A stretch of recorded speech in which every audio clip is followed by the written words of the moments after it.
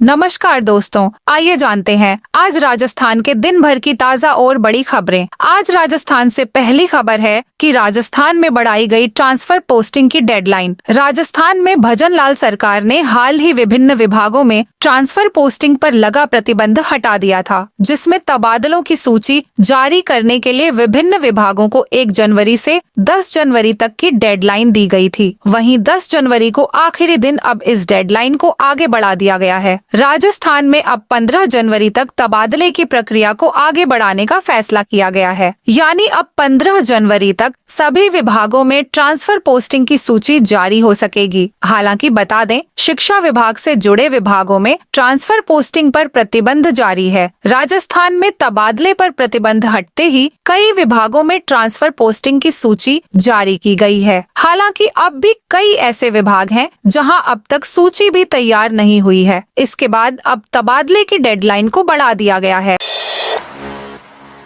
राजस्थान में पटवारी फिर से आंदोलन की राह पर। राजस्थान पटवार संघ ने 13 जनवरी से प्रदेश व्यापी कार्य बहिष्कार की चेतावनी दी है। संघ ने सरकार से अपनी 9 सूत्रीय मांगों को पूरा करने की अपील की है, जिनमें गिरदावरी ऐप में संशोधन, भू अभिलेख निरीक्षकों के पद सृजन और पदोन्नति से जुड़े मुद्दे शामिल हैं। प्रदेश के सभी जिलों के पटवारी गिरदावर फिर से आंदोलन करने की तैयारी कर रहे हैं। राजस्थान पटवार संघ ने 13 जनवरी से कार्य बहिष्कार करने की चेतावनी दी है। अपनी 9 सूत्रों मांगों पर सरकार की ओर से कोई विचार नहीं करने पर संघ ने ये निर्णय किया है। अगर 13 जनवरी से पटवारी कार्य बहिष्कार करते हैं तो राजस्व से जुड़े काम नहीं हो पाएंगे। राजस्थान पटवार संघ उपशाखा केकड़ी के अध्यक्ष जीवराज बैरवा ने बताया कि हम अपनी 9 मांगों को लेकर पिछले कई महीनों से सरकार को झापन दे रहे हैं, लेकिन सरकार हमारी मांगों पर कोई निर्णय नहीं कर रही है। इस कारण हमने अब कार्य बहिष्कार का निर्णय किया है। इस संबंध में शुक्रवार को तहसीलदार भोपाल सिंह मीणा को झापन देकर 13 जनवरी से कार्य बहिष्कार की चेतावनी दी है। शीतलहर के कारण स्कूलों में अवकाश की मांग। प्रदेश में भयंकर शीतलहर और ठंड के बढ़ते प्रकोप को देखते हुए एनएसयूआई छात्र नेता अंकित घारू के नेतृत्व में एक शिष्टमंडल ने जिला कलेक्टर से मुलाकात कर स्कूलों में शीतकालीन अवकाश घोषित करने की मांग की। शिष्टमंडल ने बताया कि ठंड के कारण छोटे बच्चों और अभिभावकों को गंभीर समस्याओं का सामना करना पड़ रहा है। प्रदेश में भयंकर शीतलहर के चलते छोटे बच्चों और अभिभावकों की परेशानी को देखते हुए एनएसयूआई छात्र नेता अंकित घारू के नेतृत्व में एक शिष्टमंडल ने स्कूलों में शीतकालीन अवकाश घोषित करने की मांग को लेकर जिला कलेक्टर से मिला और स्कूली बच्चों की छुट्टियां करने की मांग की। जानकारी देते हुए एनएसयूआई छात्र नेता अंकित घारू ने बताया कि प्रदेश में सर्दी का प्रकोप जारी है। मौसम विभाग के अनुसार आगामी दिनों में वर्षा और ठंड का प्रकोप बढ़ सकता है, जिससे छोटे बच्चों को स्कूल जाने में काफी परेशानी का सामना करना पड़ेगा। शीतलहर और ठंड के कारण कई बच्चों के स्वास्थ्य पर भी असर पड़ रहा है, जिससे उन्हें सर्दी, जुकाम, बुखार आदि कई बीमारियों का शिकार होना पड़ रहा है। छोटे बच्चे ठंड को सहन नहीं कर पाते हैं तथा स्कूलों में कमरे ठंडे रहते हैं। इतनी सुबह घर से निकलकर ठंडे कमरों में बैठकर अध्ययन करना काफी परेशानी का सबक हो रहा है। मंत्री किरोड़ी लाल मीणा की बीएपी विधायकों से मुलाकात। राजस्थान में राजनीति में जल्द कुछ बड़े बदलाव होने वाले हैं। मकर संक्रांति के बाद राजस्थान भाजपा संगठन और सरकार में बदलाव की चर्चा है। इस बीच शुक्रवार को भजन लाल सरकार के कृषि मंत्री किरोड़ी लाल मीणा ने भारत आदिवासी पार्टी के विधायकों के साथ मुलाकात कर प्रदेश में एक नई सियासी चर्चा की शुरुआत कर दी। दरअसल शुक्रवार को जयपुर में किरोड़ी लाल मीणा से भारत आदिवासी पार्टी के विधायकों ने मुलाकात की। इस मुलाकात की कई तस्वीरें भी सामने आई हैं, जिसमें किरोड़ी लाल मीणा आदिवासी पार्टी के विधायकों के साथ दफ्तर में बैठे चर्चा करते नजर आ रहे हैं। किरोड़ी लाल मीणा राजस्थान में भाजपा के कद्दावर नेता हैं, लेकिन बीते कुछ समय से उनकी पार्टी से नाराजगी की चर्चा रही है। स्विंग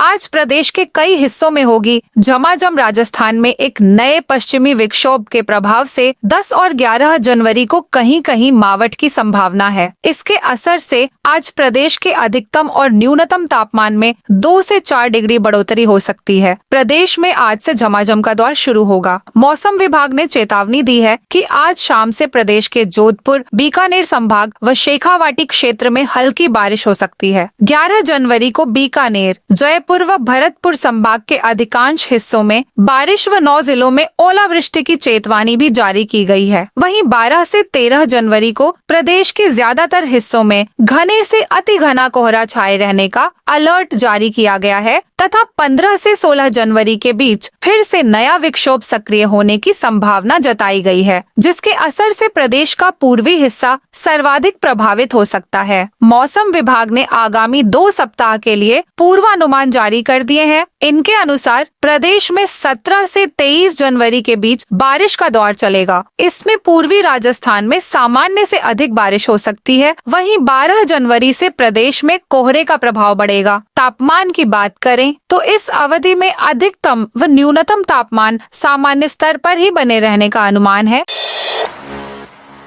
एसआई भर्ती जांच में कुछ छिपा रही है सरकार, यदि कुछ गलत हुआ है तो भर्ती रद्द करे, बोले जूली। राजस्थान हाईकोर्ट में सब इंस्पेक्टर पेपर लीक पर सुनवाई के दौरान ट्रेनी इंस्पेक्टरों को पोस्टिंग देने पर रोक के फैसले पर नेता प्रतिपक्ष टीकाराम जूली ने कहा कि पेपर लीक पर चल रही है। सुनवाई के बीच आरोपी सब इंस्पेक्टरों को पोस्टिंग देना आश्चर्यजनक है। एक तरफ तो मुख्यमंत्री और पूरी सरकार दावा करती है कि सब इंस्पेक्टर भर्ती परीक्षा का पेपर लीक हुआ था, परंतु इस भर्ती को रद्द नहीं किया जा रहा है। उन्होंने कहा कि पूर्ववर्ती कांग्रेस सरकार के दौरान रीट परीक्षा के लेवल एक पेपर के आउट होने की सूचना पुलिस को मिली। उस समय भी पुलिस ने कहा था कि पेपर महज कुछ लोगों तक ही पहुंचा है, परंतु सभी अभ्यर्थियों के साथ न्याय सुनिश्चित करने की दृष्टि से पेपर रद्द किया गया एवं पद बढ़ाकर नई भर्ती निकाली गई। इस भर्ती को समय पर पूरा कर करीब 50,000 अध्यापकों को नियुक्ति दी गई थी। यदि सब इंस्पेक्टर परीक्षा में वास्तव में कोई गड़बड़ी है तो सभी अभ्यर्थियों के साथ न्याय सुनिश्चित करने के लिए इसे रद्द करना चाहिए।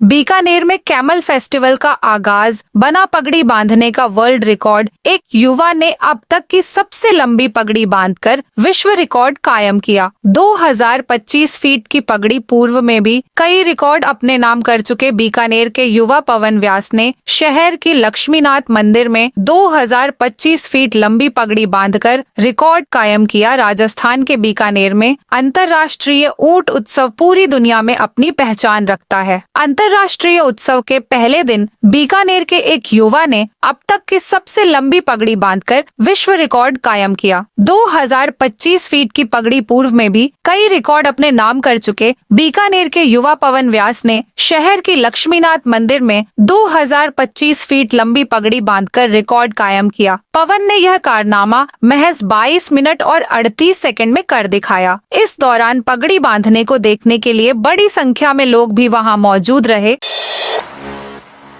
राजस्थान कर्मचारी चयन बोर्ड एआई की मदद से डमी कैंडिडेट पकड़ेगा। बोर्ड के अध्यक्ष मेजर जनरल आलोक राज ने कुछ परीक्षा केंद्रों का दौरा करते हुए तकनीक के माध्यम से डमी कैंडिडेट्स को रोकने की व्यवस्था के बारे में अभ्यर्थियों को भी जानकारी दी। राजस्थान कर्मचारी चयन बोर्ड ने डमी कैंडिडेट को रोकने के लिए डिटेल्ड फ्रिस्किंग, बायोमेट्रिक और सीसीटीवी लाइव कवरेज शुरू किया है। शुक्रवार को junior instructor, computer operator and programming assistant भर्ती परीक्षा को और पारदर्शी बनाने के उद्देश्य से परीक्षा कक्ष का भी आर्टिफिशियल इंटेलिजेंस से मॉनिटरिंग की जा रही है। खुद बोर्ड के अध्यक्ष मेजर जनरल आलोक राज ने कुछ परीक्षा केंद्रों का दौरा करते हुए तकनीक के माध्यम से डमी कैंडिडेट्स को रोकने की व्यवस्था के बारे में अभ्यर्थियों को भी जानकारी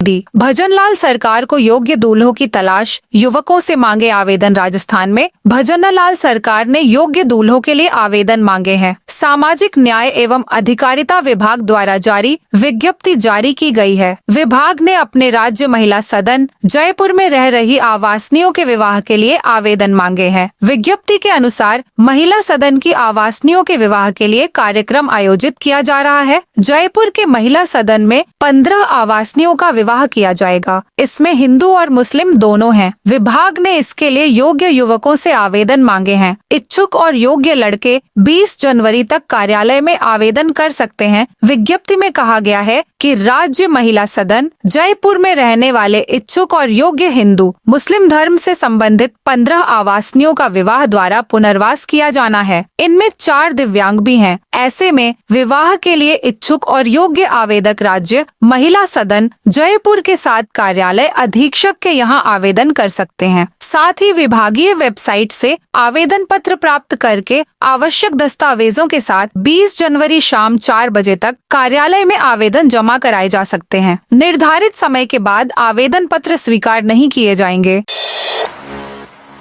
पशु चिकित्सा अधिकारी 2019 भर्ती अटकी, राजस्थान हाई कोर्ट ने दिया ये आदेश। राजस्थान में पशु चिकित्सा अधिकारी के 900 पदों पर भर्ती अटक गई है। राजस्थान हाई कोर्ट ने पशु चिकित्सा अधिकारी भर्ती 2019 का परिणाम रिवाइज करने का आदेश दिया है। जस्टिस दिनेश मेहता की अदालत ने गुरुवार को गजेंद्र सिंह व अन्य की याचिकाओं को निस्तारित करते हुए यह फैसला दिया है। याचिकाओं में यह तर्क दिया गया था कि राजस्थान लोक सेवा आयोग RPSSE ने भर्ती में ऐसे अभ्यर्थियों को भी शामिल किया जिन्होंने केवल ग्रेजुएशन के फाइनल ईयर में प्रवेश लिया था, जबकि नियमों के अनुसार केवल फाइनल ईयर की परीक्षा पास करने वाले या परीक्षा में शामिल होने वाले ही पात्र हो सकते थे। याचिकाकर्ताओं के तर्कों से सहमत होते हुए हाई कोर्ट ने RPSSE द्वारा जारी किए गए फाइनल परिणाम को रद्द करते हुए भर्ती प्रक्रिया का परिणाम रिवाइज करने का आदेश दिया। इस आदेश से फिलहाल करीब 900 पदों की नियुक्तियां अटक गई हैं। याचिकाकर्ताओं के अधिवक्ता रघुनंदन शर्मा ने कोर्ट में तर्क दिया कि भर्ती में न्यूनतम योग्यता BSc bachelor degree in veterinary science and animal husbandry थी।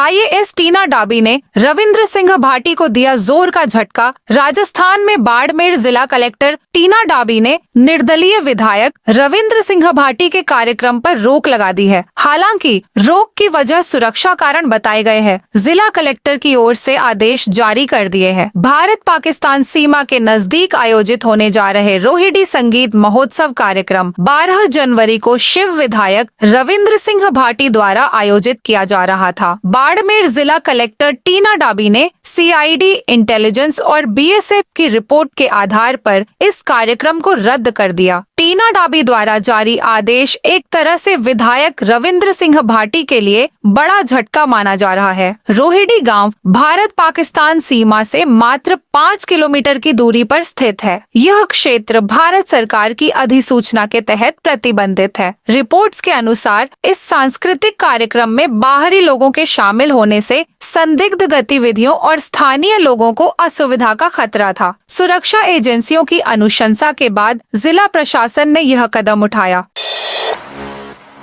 JDA में प्रवेश का क्या है नया नियम? जयपुर विकास प्राधिकरण ने आगंतुकों और आमजन की सुविधा के लिए ऑफलाइन पास के साथ साथ ऑनलाइन विजिटिंग पास की सुविधा शुरू की जा रही है। इससे आमजन अब अपने जरूरी कामों के लिए JDA में आसानी से प्रवेश ले सकेंगे। जयपुर विकास आयुक्त आनंदी ने बताया कि इस नई व्यवस्था के तहत लोग बिना JDA कार्यालय आए अपने घर या कार्यालय से ही ऑनलाइन पास बनवा सकते हैं।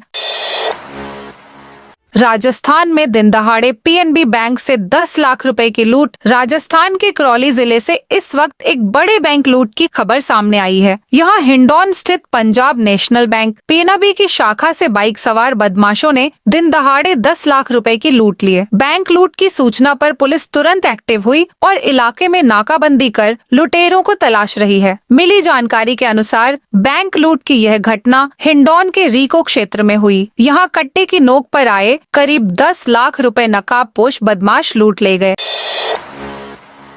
CBSE ने जारी किया CTET result. Central board of secondary education CBSE ने central teacher eligibility test CTET का रिजल्ट जारी कर दिया है। उम्मीदवार ऑफिशियल वेबसाइट ctet.nic.in पर जाकर फाइनल रिजल्ट देख सकते हैं। परीक्षा पास करने के लिए उम्मीदवारों को कम से कम 60% नंबर चाहिए होंगे और रिजर्व कैटेगरी के लिए ये 55% होगा। हालांकि स्कूल मैनेजमेंट मौजूदा रिजर्वेशन पॉलिसी के मुताबिक SSC, ST, OBC, दिव्यांग आदि को और छूट दे सकते हैं। डूंगरपुर में 1.5 किलो गोल्ड और 22.5 लाख नकदी पकड़ी। राजस्थान गुजरात बॉर्डर पर पुलिस ने 1.5 किलो गोल्ड और 22.5 लाख कैश के साथ 3 लोगों को गिरफ्तार किया है। तीनों बॉर्डर से पहले एक निजी बस से उतरे और पैदल बॉर्डर क्रॉस कर रहे थे। फिलहाल पुलिस युवकों से गोल्ड और कैश को लेकर पूछताछ कर रही है। मामला डूंगरपुर जिले के रतनपुर बॉर्डर का है। तो दोस्तों, ये थी आज राजस्थान की बड़ी खबरें। आप इस वीडियो को कौन से जिले से देख रहे हैं, उस जिले का नाम जरूर बताइए।